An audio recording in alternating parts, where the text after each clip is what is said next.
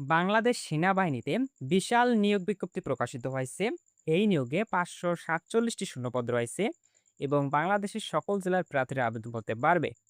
আর এই নিয়োগটি হচ্ছে বাংলাদেশ সেনাবাহিনীর অসামরিক স্থায়ী পদে নিয়োগ।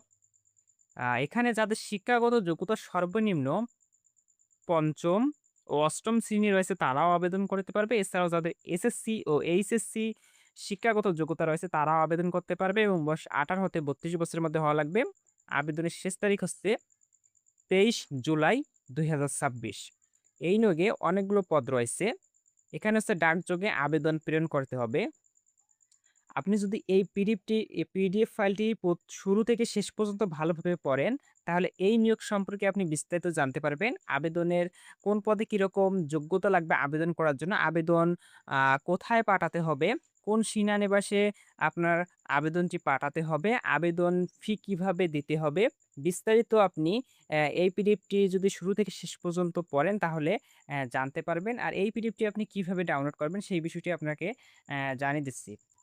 পিডিএফ ফাইল ডাউনলোড করার জন্য প্রথমত আপনার ফোন থেকে আপনি গুগল ক্রোম ব্রাউজার এই অ্যাপটি ওপেন করবেন। গুগল ক্রোম ব্রাউজার এই অ্যাপটি ওপেন করার পর সার্চ বারে টাইপ করবেন ওয়াল জব নিউজ বিডি 2244। স্ক্রিনে এখানে যেভাবে টাইপ করা রয়েছে ঠিক সেভাবেই টাইপ করে আপনি সার্চ করবেন। সার্চ করার পর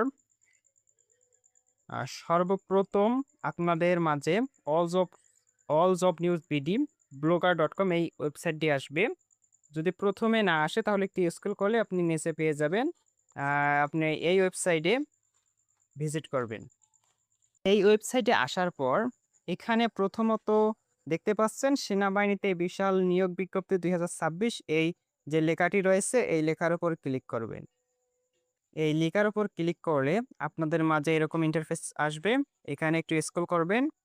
স্ক্রল করার পর আপনি এখানে দেখতে পারবেন পিডিএফ ডাউনলোড লেখা রয়েছে। এই লেখার উপর ক্লিক করবেন।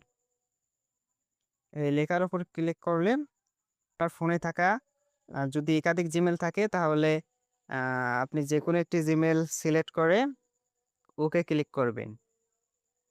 এরপর পিডিএফটি ওপেন হবে।